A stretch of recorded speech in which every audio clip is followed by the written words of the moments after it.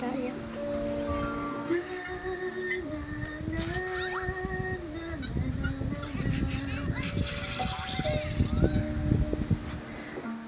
Halika, tingnan natin kung sino.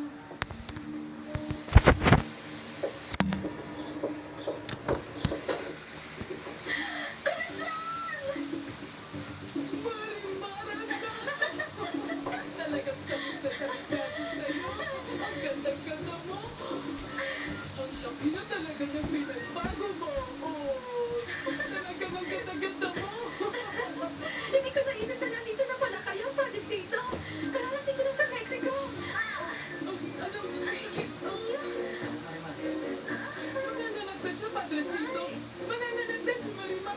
Anong gagawin natin ngayon? Senyora? Senyora?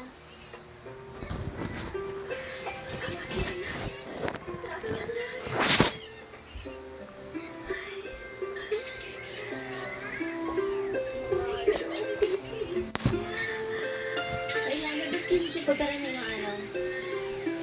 Hindi niyo siya pwede magtagal dito ng 15 minutos. Kailangan balik siya dun sa nursery.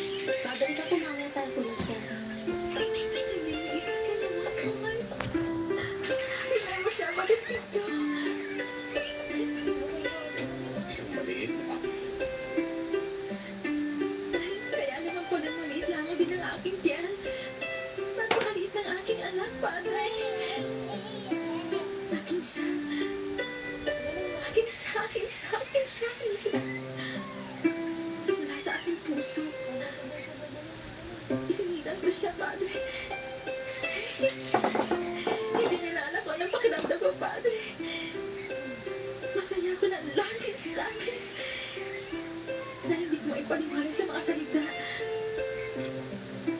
Tamarin kita na gusto aking anak.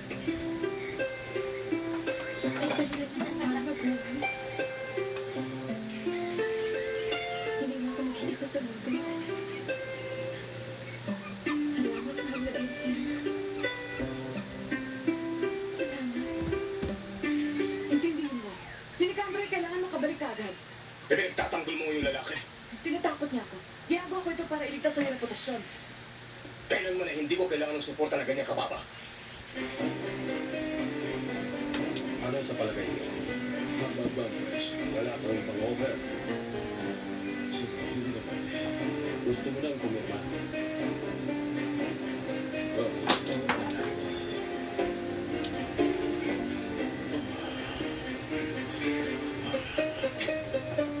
Ano gagawin niyo, Don Gustavo?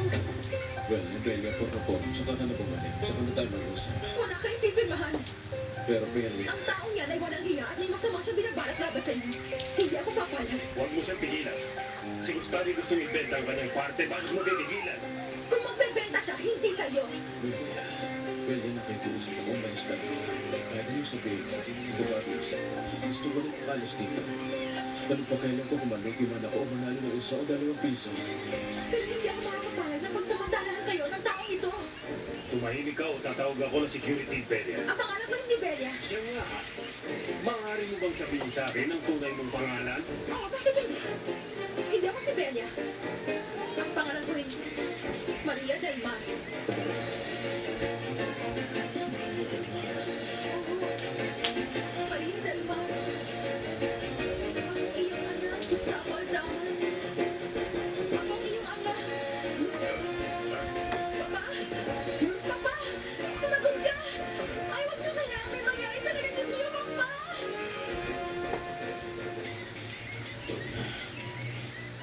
Gusto kong magahin. Sandali at kukuha ko ng... Nasa bago. Electric shaver ko. Please na. May darating na kong bisita. Gusto ko maging presentable. Sige na. Pero, senyora, Sandali lang kahit ako. Hindi ko kailangan ng salamin. Sige na. Please lang.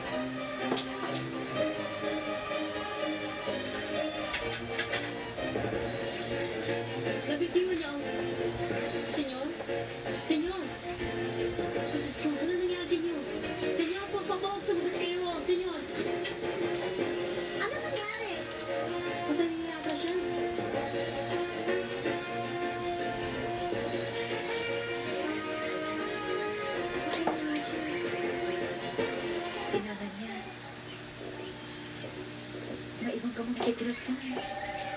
Ate Guguso. Pasensya ka na kung aalis na naman ako na matagal, mahal ko. Si Senyorita Esperanza, tumatawag siya mula sa telepono sa klinika. Hello? Marimar. Tita, Bakit mo Tia Esperanza? ang iyong papa. Patay na ang iyong papa.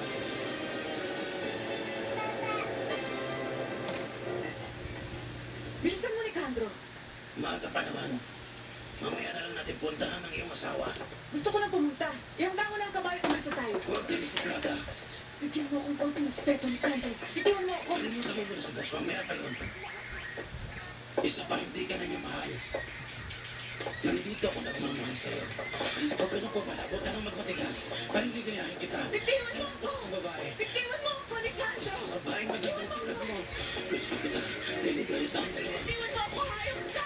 Bitiwan mo ako. Oh, niloko kita. Ako nagpapadala ng sulat sa'yo. Pero wala na magliligtas sa'yo. Candro! Bitiwan mo ako. Sumunod ka lang sa gusto ko. Tumahimik ka lang. Walang masamang mangyayari sa'yo. Sige na. Kumayag ka na.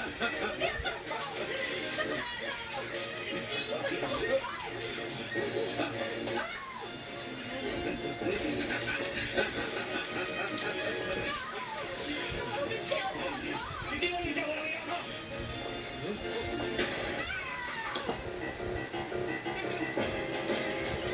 Pinatay mo siya, Renato! Pinatay mo siya!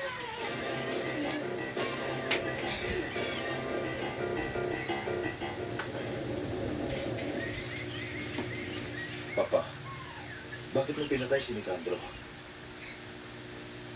Dahil nasa gusto niyang halayan si Angelica. Pero Papa, Si Angelica ang may kasalanan. bakit? Si Angelica may kasalanan. Pinaniwala ni Nicandro dahil babae ako ang kala niya maghihiwalay kami. Kumagalit siya sa akin. Balak nga niya itong halayin pero dumating ako. Siya ang unang bumunot. Pero naunahan ko siya. At napatay ko. Pwede palabas ang ipinagtanggol mo lamang si Angelica. Hindi ko maaari sabihin sa pulis na kaya ko siya pinatay. Dahil naghinala ko kay Angelica. Kailangan tulungan mo ang akin. Gagawin ko, Papa. Saan mo ko pwedeng itago, Ibo? Sa palagay ko, ang pinakamagandang lugar ay sa Valle Encantado. Pero relax ka lang muna. Kinukonsensya ako. Ipinagtapat sa akin ni Angelica ang kanyang ginawa, anak. Ano sinabi niya, Papa? Ang kanyang ginawa kay Marimar. Anong ibig mo sabihin, Papa?